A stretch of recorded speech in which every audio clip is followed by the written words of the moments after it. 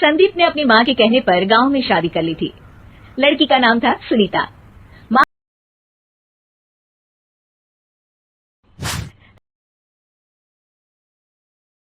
का कहना था एकदम मॉडर्न बहू नहीं होनी चाहिए, लेकिन उन्हें नहीं पता था कि गांव से आने वाली बहू सुंदर सुशील तो होगी और उसको गांव से बाहर भी निकाल लाएंगे, लेकिन उसके अंदर का गांव कैसे बाहर निकलेगा।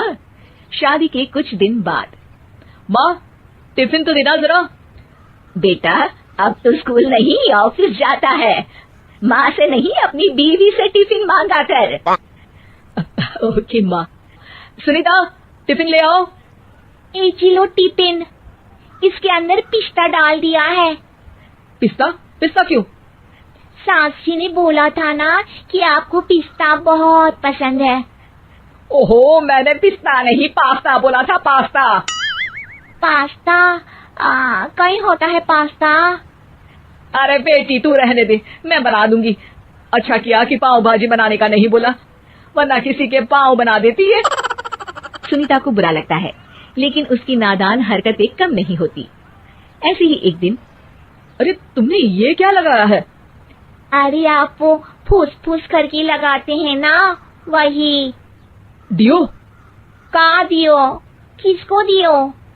अरे वही ना जिससे खुशबू आती है। हाँ हाँ सही पकड़े हैं। अच्छा लेकर तो आना। कौन सा डियो लगाया तुमने?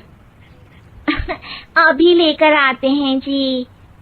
संदीप की बात मानकर सुनीता अंदर से खुशबू वाला फुसफुस लेकर आती है। OMG! OMG मतलब ओ माय गणेश ना। अरे OMG छोड़ो, ये खुशबू वाला फुसफुस की बात कर रही थी तुम? हाँ इसी की, फिर से सही पकड़े हैं। अरे देवी, लेकिन आप सही नहीं पकड़े हैं, ये डियो नहीं है। डियो नहीं है तो क्या लियो है? अरे ये रूम फ्रेशनर है जिसको कमरे में छिड़कते हैं, खुद पर नहीं। कोई बात नहीं, माँ कहती थी आत्मा किराएदार है, शरीर एक किराए का कर्म। हम शरीर पे ये डाल लिए तो क्या फर्क पड़ जाएगा। अरे बहू, ओ बहू, मेरे लिए फल तो ले आ, फिर मैं बाजार जाऊंगी। सुनीता अपनी सास के लिए फल लेकर आती है। अरे बेटा, पपीता, तरबूज और सेब फल ऐसे कैसे खा लूं, काट कर तो ले आ। माँ जी, मेरे गांव में तो खेत से उठा के सीधा खा लेते हैं।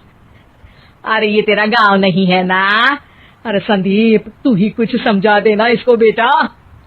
मैं कैसे समझाऊं माँ, ये तो माइक्रोवेव को भी भट्टी बोलती है। कल मैंने बोला हाय कैसी हो, तो बोलती है किसी को हाय नहीं लगानी चाहिए। अरे सुनीता, तेरा क्या होगा? अभी तो कैसे बताऊं माँ जी, अभी हम कुछ करेंगे फिर पता चलेगा क्या होगा, लड़का या लड़की। हे भगवान, कहाँ से आ गई ये? रामपुर से जी, आप ही तो लेकर आए थे मुझे। आराम, मुझे माफ कर दो। पहले कोई गलती तो करिए जी, आपकी तो सारी गलती माफ कर देंगे हम। हाँ अरे बहू, मेरी बात सुन, फल यानी कि फ्रूट जब भी लाए ना तो काट कर लाना, ठीक है? जी ठीक है माँ जी, फल यानी फ्रूट यानी काट के लाऊंगी। सुनीता रोज ही कोई ऐसी हरकत कर देती जिसकी वजह से उसे घर में 2 बातें सुननी पड़ती। एक दिन, माँ मेरे बॉस घर पर आने वाले हैं शाम को, उनका बर्थडे है, फैमिली साथ नहीं रहती उनके, तो यही पार्टी कर लेंगे। उनको अच्छा लगा तो शायद मेरा प्रमोशन भी हो जाएगा। मैं ना फ्रूट केक लाकर फ्रिज में रख दूंगी और तेरे साथ आज खाना मैं बनाऊंगी, ताकि जब साहब आए तो खाने में कोई गड़बड़ ना हो। शाम को जब सारी तैयारियां हो जाती है, संदीप के साथ बड़े साहब भी घर आते हैं। आप फ्रूट केक तो ले आना बहू, फिर खाना खाएंगे। और इस सब की क्या जरूरत थी, आपने बुलाया वही काफी है।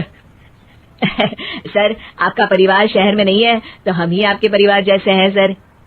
इतने में ही सुनीता फ्रूट केक लेकर आती है और बड़े साहब की टेबल पर रख देती है, और जैसे ही केक के ऊपर का बॉक्स हटाती है, ओह ये क्या है, केक तो कटा हुआ है, मैं तो ऐसा नहीं लाई थी।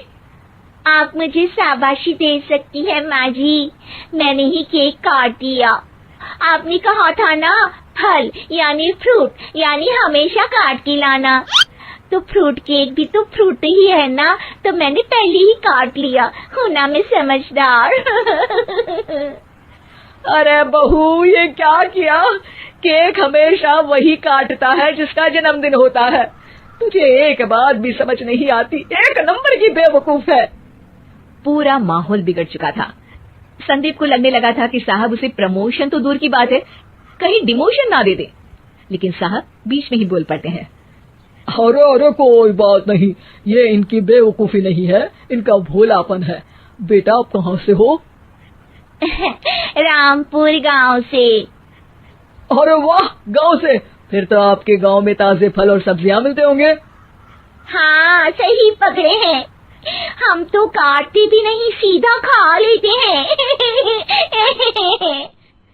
मैं ना एक बार तुम्हारे गांव घूमने जरूर चलूंगा। क्यों संदीप, ले चलोगे ना? मुझे गांव घूमना बहुत पसंद है। बस फिर क्या था, संदीप और सास दोनों खुश हो गए, क्योंकि साहब को सुनीता ने गांव की बात करके खुश कर दिया था। अब संदीप का प्रमोशन पक्का था।